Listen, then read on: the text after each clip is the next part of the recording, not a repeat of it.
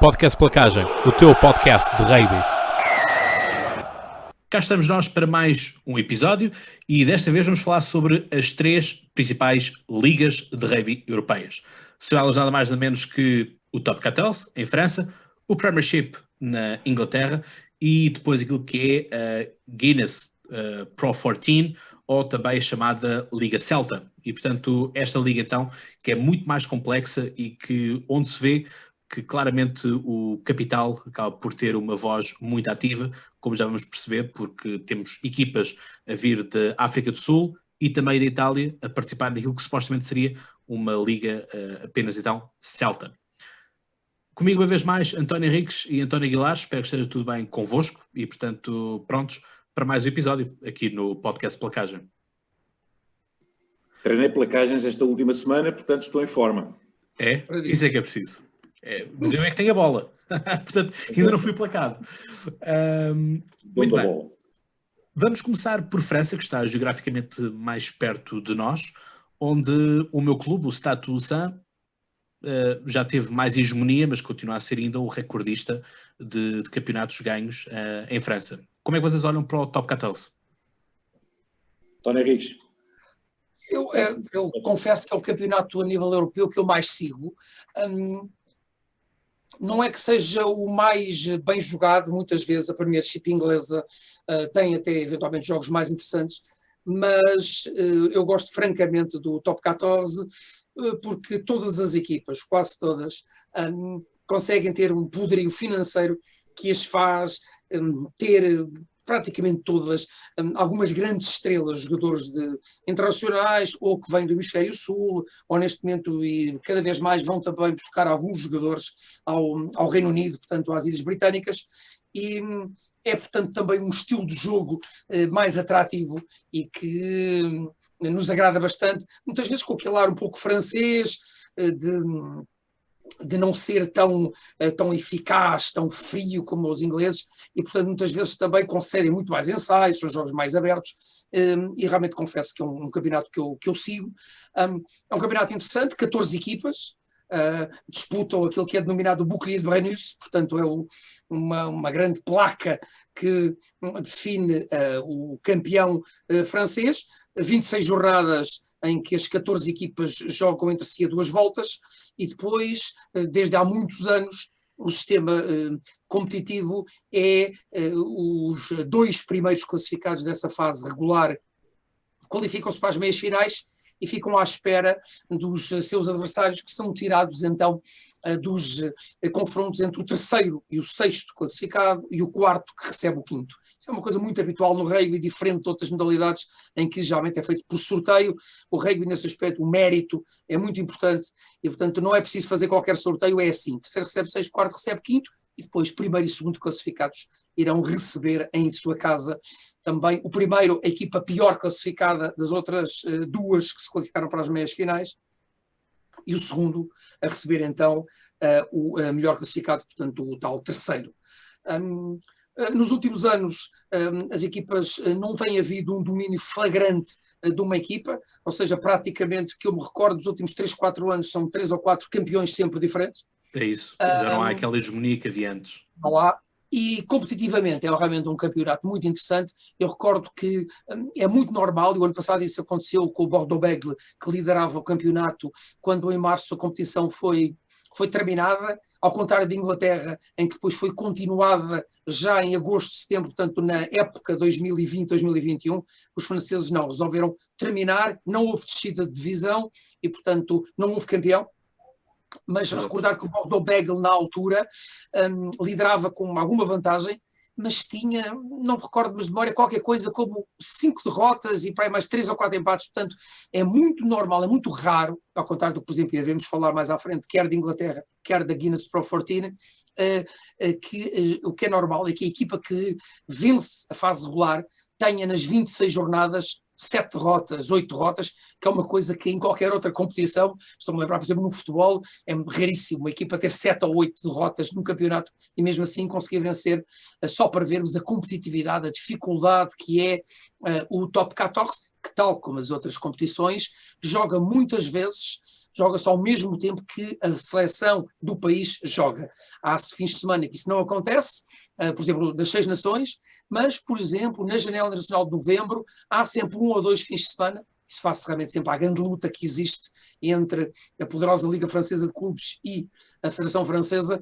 Há mesmo assim muitas vezes jornadas em que as principais equipas jogam completamente desfalcadas e por isso mesmo, se calhar, nesses 3, 4 fins de semana acontecem as tais derrotas inesperadas e por isso é que depois no final das tais 26 jornadas da fase regular surgem realmente resultados às vezes surpreendentes.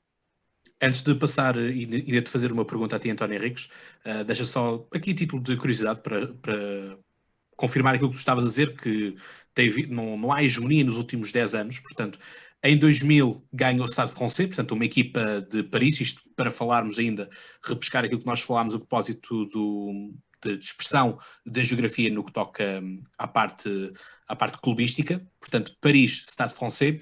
Em 2001, Stade Toulousain, portanto, vimos ao sul, Biarritz Olympique em 2002, Stade Français em 2003, Stade Français em 2004, Biarritz Olympique em 2005, Biarritz novamente em 2006, Stade Français em 2007, Stade Toulousain outra vez em 2008, o SA Perpignan em 2009. Uma coisa, entre 2000 e 2008, estás a falar em 9 campeonatos, falaste em 3 equipas, já reparaste? Exato, só 3 é isso. equipas é que venceram esses 9 anos.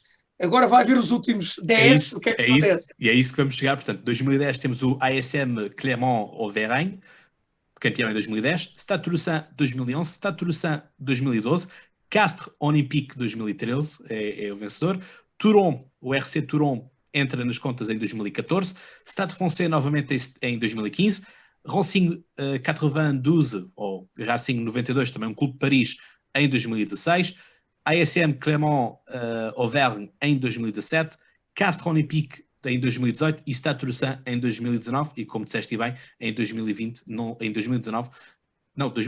tivemos campeão. Portanto, é isso que estava a dizer. Conseguimos encontrar uma certa hegemonia do Stade Français e do Stade Toulousain também na primeira década dos anos 2000, do século XXI, mas agora estes últimos 10 já não tem sido assim, saltitar. E depois, quando nós passarmos a falar para o campeonato inglês, e o António vai poder também falar, e vai falar certamente, é completamente diferente, António, do que acontece em Inglaterra.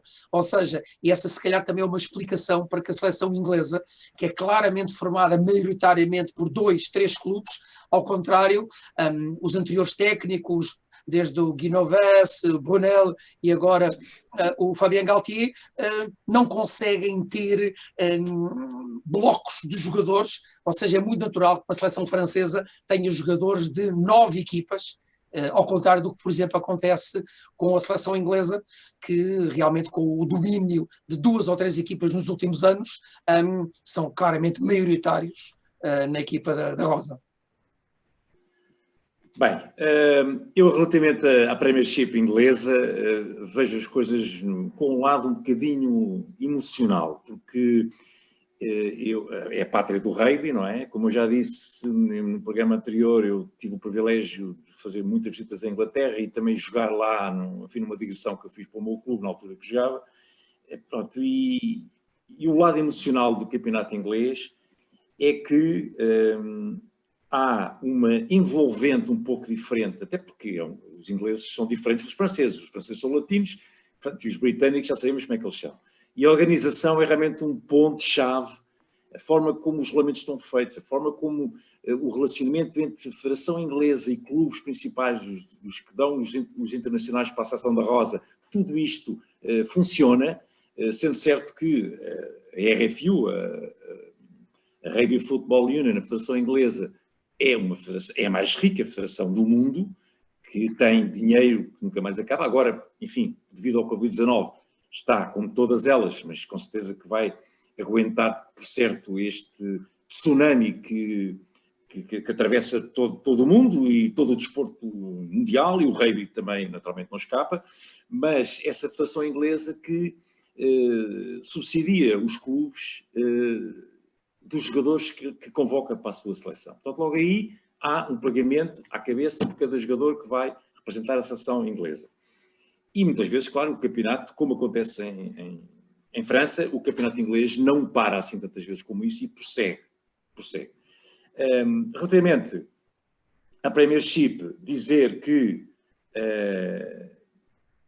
tem sido uma competição que tem sido dominada por 2, 3 clubes nos últimos anos, nomeadamente o Saracens, que é o clube mais emblemático e aquele que dá ainda hoje mais jogadores para a seleção inglesa, malgrado o facto do impacto gigantesco que teve nos Saracens a despromoção administrativa do bicampeão inglês e campeão europeu para a época que começou agora, 2020, 2021, depois de ter sido provado que os Saracens não tinham cumprido o teto salarial no seu plantel profissional. E, portanto, ao excederem esse teto salarial, durante 3 anos foram condenados, lá está, porque os regulamentos são para cumprir e a Federação Inglesa e a Liga, aliás, a Liga Profissional Inglesa da Premiership foi implacável. E, portanto, os Saracens estão hoje em dia,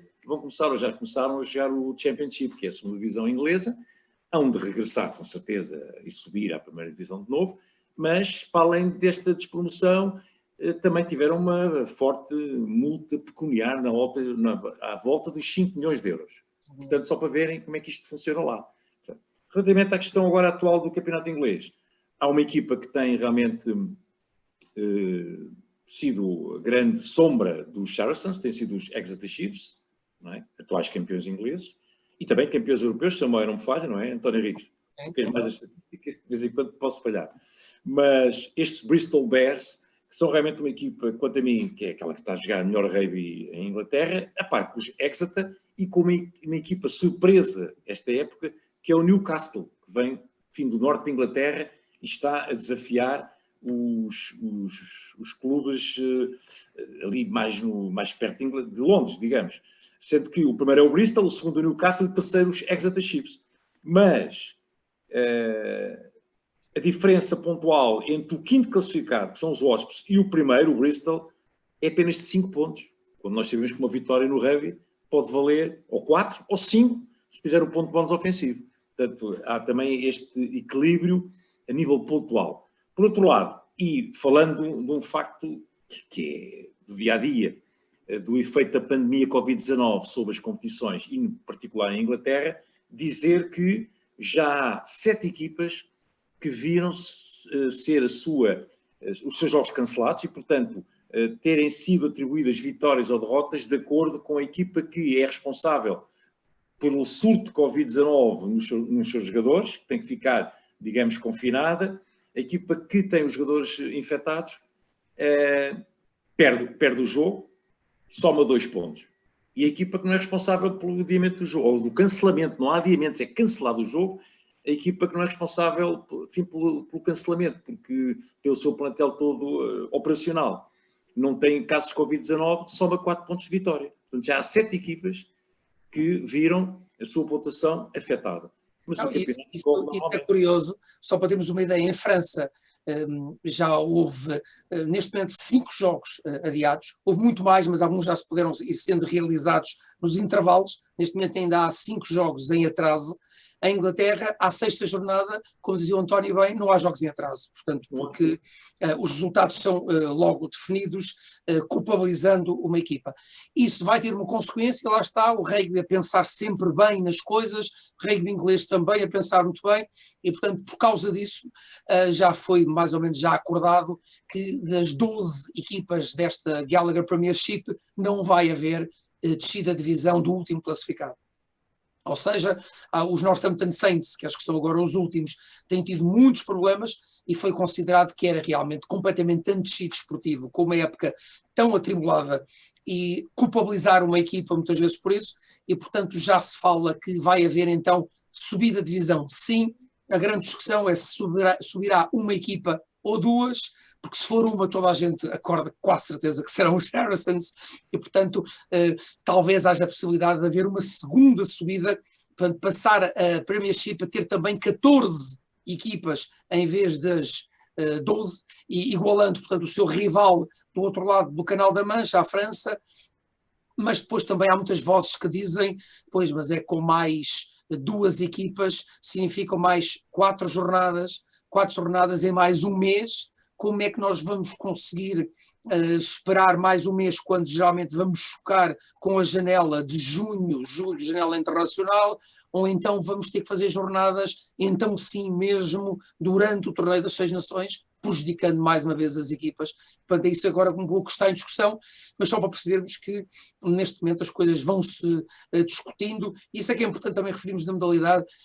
Este Covid, ao contrário de outras modalidades que vão um pouco apagando fogos, o rugby tem-se redimensionado, tem pensado, todos estes meses em que não houve jogos, quer no hemisfério norte, quer no hemisfério sul, a modalidade, e muito bem, foi pensando, foi encontrando maneiras de ultrapassar esta pandemia a nível mundial, e portanto até aqui, também aqui, o rugby vem dando lições a outras modalidades. Só queria dizer 2 coisas rapidamente em relação ainda a este tema de Inglaterra e dos Saracens, para verem bem, dar este exemplo, para verem bem a cultura desportiva, de rugby, mas também desportiva, e a forma como isto funciona em Inglaterra.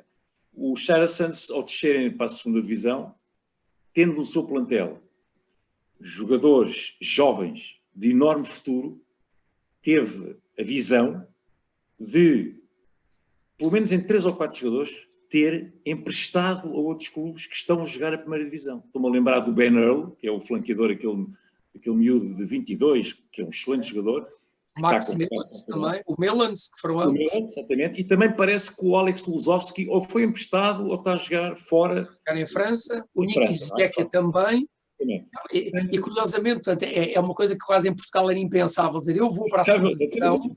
Qual é a equipa que há pouco estavas a referir que está a jogar melhor rugby? É o Bristol Bears, é uma equipa que economicamente tem um presidente muito rico e que depois de há 2 anos terem subido da segunda divisão, da Championship à primeira, à Premiership, percebe-se que é neste momento uma grande força do rugby inglês. Aliás, eles venceram a Challenge Cup, portanto a Liga Europa do rugby, ou seja, as 2 equipas inglesas venceram as 2 principais competições de clubes, os Exeter Chiefs e os Bristol Bears, pois foi exatamente aos Bristol Bears, que podem ser uns grandes rivais, mas como sabem que em termos competitivos vão estar muito bem, tem um grande treinador, Pat Lam, e portanto foram 2 das grandes esperanças inglesas. Eddie Jones já o chamou agora para a primeira convocatória da seleção, e foram então emprestados durante um ano aos Bristol Bears. É fantástico.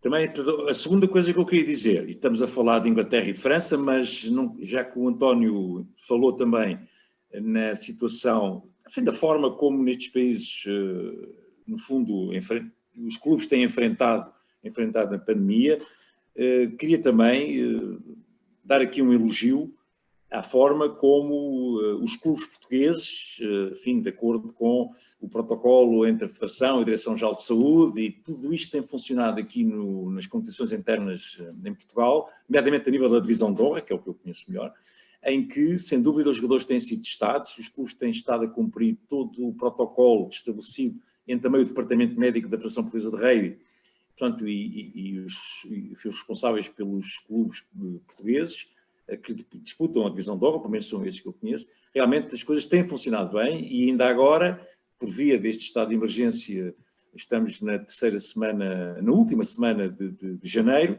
e já se sabe que os jogos estavam previstos para fevereiro. Houve 2 jornadas adiadas, precisamente, desta fase final da Divisão de Honra, dos dois grupos de 6, mas foi adiado, tudo isso. Era para ser em fevereiro, e a Federação já anunciou esta semana que só vai haver rugby de novo, tudo indica, em abril, porque março vai ser depois um mês do início da campanha internacional da seleção no Championship, Europe Championship, e portanto só vamos ter campeonato português seguramente no princípio de abril, depois de concluídos os 4 jogos apenas que se vão realizar em março para o Europe Championship.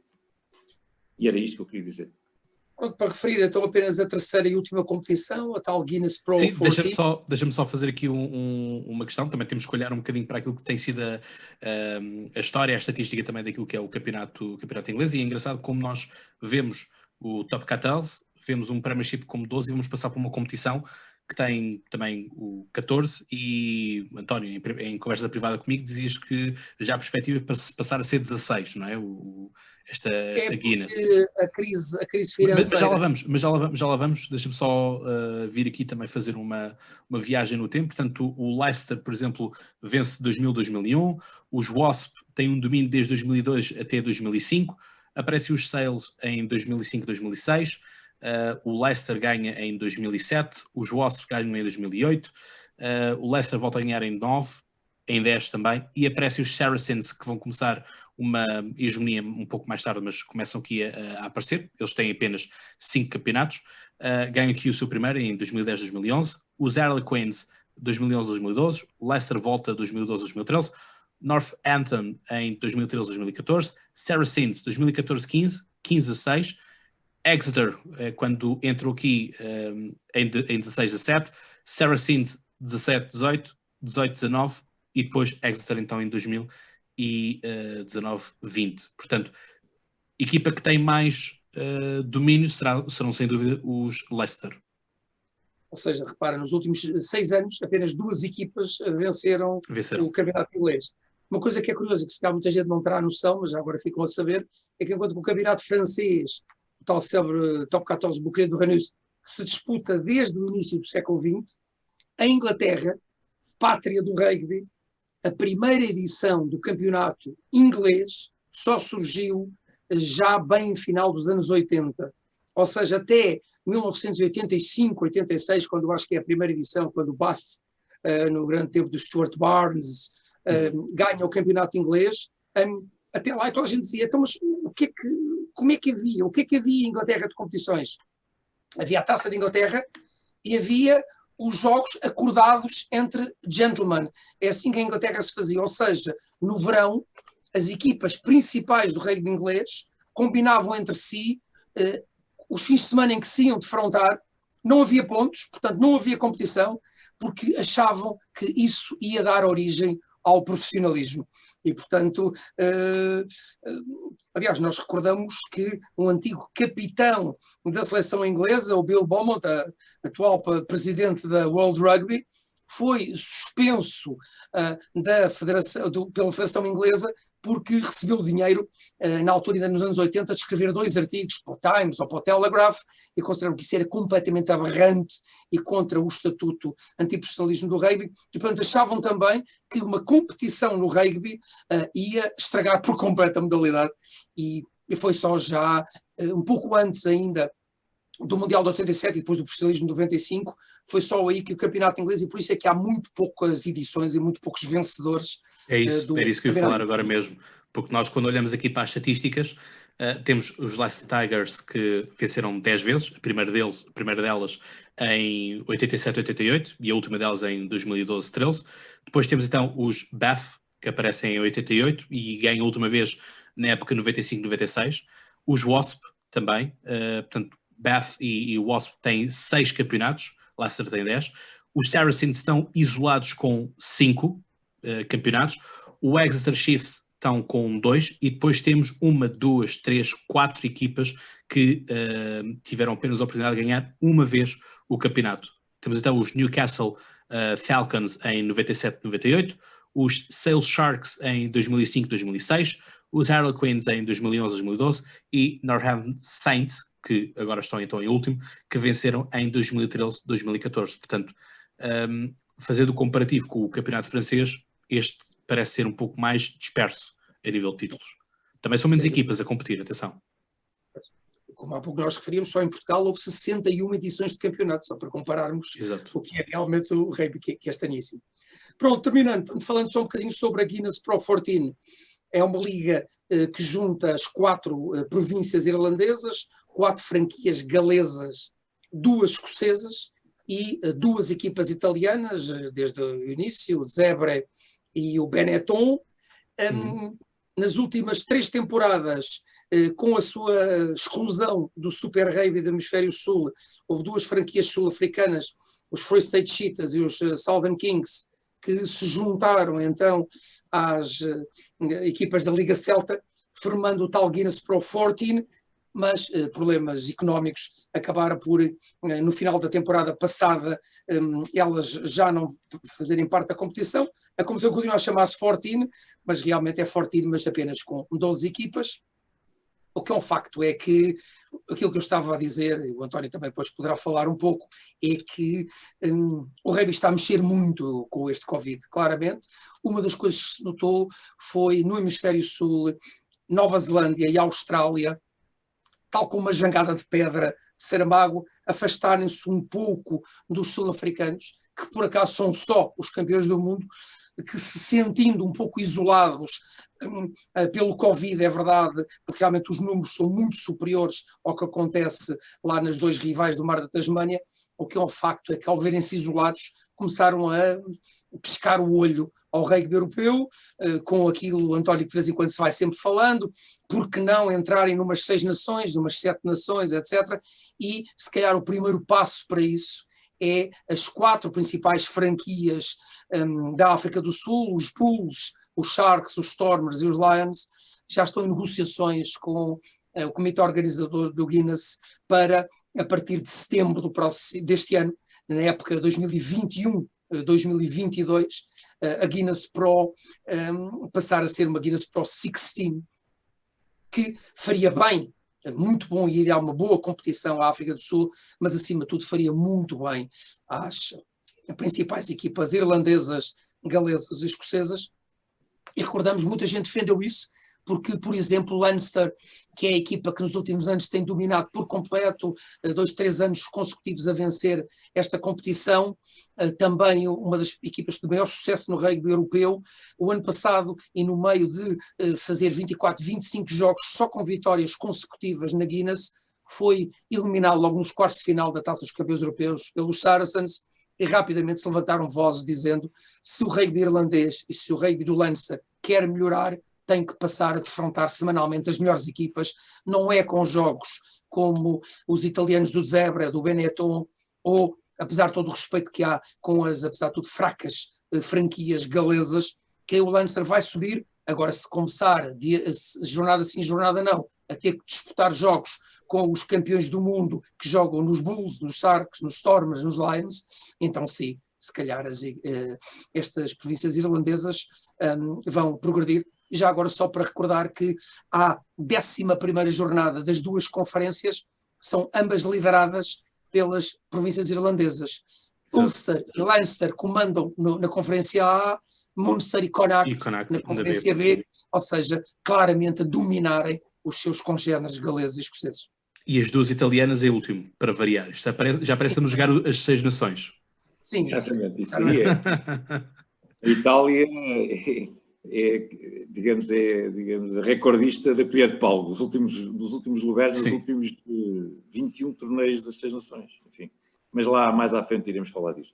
Não, eu sobre a Guinness Pro 14, enfim, não tenho muito a dizer. Acho que a aspiração dos sul-africanos é perfeitamente legítima, porque eles sabem que também, se participar nesta prova, têm um bom retorno financeiro, embora em termos digamos que logísticos, eu acho que não encaixa muito bem. Eu acho que estão um bocadinho fora do baralho os sul-africanos nesta competição. Vêm à procura realmente de poder sustentar os seus plantéis profissionais, mas eu acho que não é muito patriótico estas 4, e hipoteticamente estas 4 franquias que se dizem que são as mais poderosas, não é? Pelo que se diz, a poderem vir integrar a Pro 14, acho que não é... É uma facada nas costas ao rugby sul-africano, do qual eu, desde 1995, pelas razões afetivas, por ter assistido a esse absolutamente incrível episódio da final de 1995 do Campeonato do Mundo do Nelson Mandela, eu sou um particular adepto do rugby sul-africano e, portanto, acho que, em termos administrativos, muitas vezes, a tomada de decisão é fundamental e essa decisão... Olha, mas é um bocadinho o que tu achas, mas não achas... O rugby, não é? Agora ir vir fazer jogos à Europa, vêm numa viagem, fazem 3 jogos, passam cá um mês, voltam para a África do Sul... Fazem um tour. Obrigam estas franquias irlandesas... Olha, mas não achas que quase aquela decisão um pouco dos neozelandeses e dos australianos um pouco, não é, fugirem, dizerem vocês estão longe, vocês estão com problemas de Covid, também financeiramente não dão grande retorno, eles estão isolados, quer dizer, estão no fim da África, são campeões do mundo, eles têm que encontrar soluções, as soluções infelizmente não estão no Zimbábue, nem na Namíbia, que são equipas com que eles jogam de vez em quando, mas que não têm, competitivamente, não têm o mínimo interesse, não é? Portanto é complicado, não é? Estamos a viver um momento muito especial que é a pandemia e, portanto, a Nova Zelândia e a Austrália fizeram a questão... Pois, o meu problema é esse. Em outra circunstância não fariam isso, não é? Não fariam, não. O meu problema é que eles ainda não disseram que isto era para 21, 22. O problema é que parece que até em termos financeiros, eles neste momento, como já sabem, este ano, além das 2 super rugbys, o australiano e o neozelandês, vão formar uma competição só com os 2 países, na verdade, com mais um super rugby da Mar da Tasmânia, como vai ser designado, e portanto, mais uma vez, estão a afastar os sul-africanos, e portanto eu compreendo-os, porque então quase que parece que é um apartheid diferente, não por como era o regime horroroso de Mandela, mas quase, não é? É complicado. É uma par Covid. Eu também não gostar, eu também não gosto COVID, muito. É uma par Covid, porque o Covid então, é Covid. E já agora, por isso. Já agora, é assim, certamente não será uma sessão tão competitiva ou tão interessante quanto isto, mas por que não juntar com a Argentina, por exemplo, que continua no Hemisfério Sul? Pode competitivamente não ser tão interessante. Está completamente isolada, Cláudio, completamente. Mas a nível de distâncias, não é? Se fosse para a Europa. E a Federação Argentina está a deixá-los vir para a Europa. Para muitos clubes ingleses até. Aliás, agora tem o Santiago Cordero, mas vários outros para a França, não é? O capitão, o Pablo Maté. A única vantagem que tem para a África do Sul é que eles estão no mesmo fuso horário que a Europa, praticamente. Tem uma hora de diferença. Sim, ou seja, as viagens são longas, mas não tem o jet lag que tem quando as franquias sul-africanas vão até ao Oriente para defrontar novas equipas neozelandesas e australianas. E por isso, agora que realmente não é muito bonito, não é. Agora o que é um facto é que o balão de ensaio se calhar surgiu com aquelas 2 franquias mais fracas, que foram escolhidas Super Rugby, os Cheetahs e os Kings, e portanto, não sei, isto está tudo a mexer. Não sei se será apenas provisório, como diz o António, devido a par Covid, ou se realmente vai haver diferenças, vai haver coisas novas a surgirem no rugby e vamos ver, estamos cá para ver. Sim, enfim, da minha parte, para mim, uma Liga Nacional tem que ser uma Liga Nacional. Portanto, é assim que eu vejo poucas coisas. Portanto, quando parei com esta Liga Celta, por assim dizer, achei sim, porque lá está, como vemos, são os irlandeses a vencerem, portanto, e a dominarem, portanto, o que espaço é que existe também de progressão para os escoceses ou para os galeses, não é? E quando às vezes conseguimos ver que algumas seleções conseguem ter melhores resultados enquanto seleção, por assim dizer, e não enquanto equipas, por exemplo. E será uma conversa que teremos mais lá para a frente. Não, mas quando foi criada esta competição, quer a Escócia, quer Gales, e por maioria de razão a Irlanda, cresceram muito. Porque o que é um facto é que nós estávamos habituados... A ideia original é boa. A ideia original é boa. Aquela multiplicidade de clubes galeses, o Neath, o Bridgend, etc., não tinham realmente capacidade financeira, até porque Gales... O rugby é o desporto do país de Gales, mas Gales está economicamente com grandes dificuldades, mas a pandemia do Covid ainda fez pior.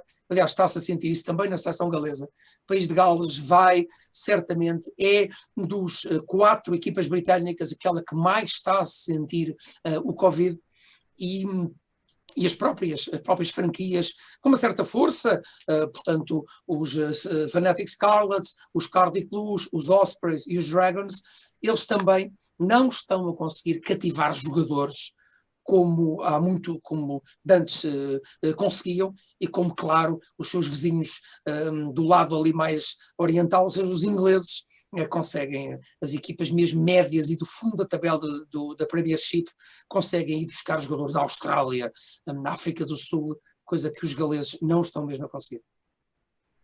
Muito bem, e certamente será um tema de conversa para o próximo episódio que vamos gravar, que adiante já que vão ser sobre os Lions, que este ano é ano de Lions, e portanto ficamos por aí. Vamos então agora ao nosso grito de guerra, de fim de episódio. Antes disso, obviamente, continuar a subscrever e a partilhar os teus episódios. Portanto, em 3, 2, 1, hurra! Ah!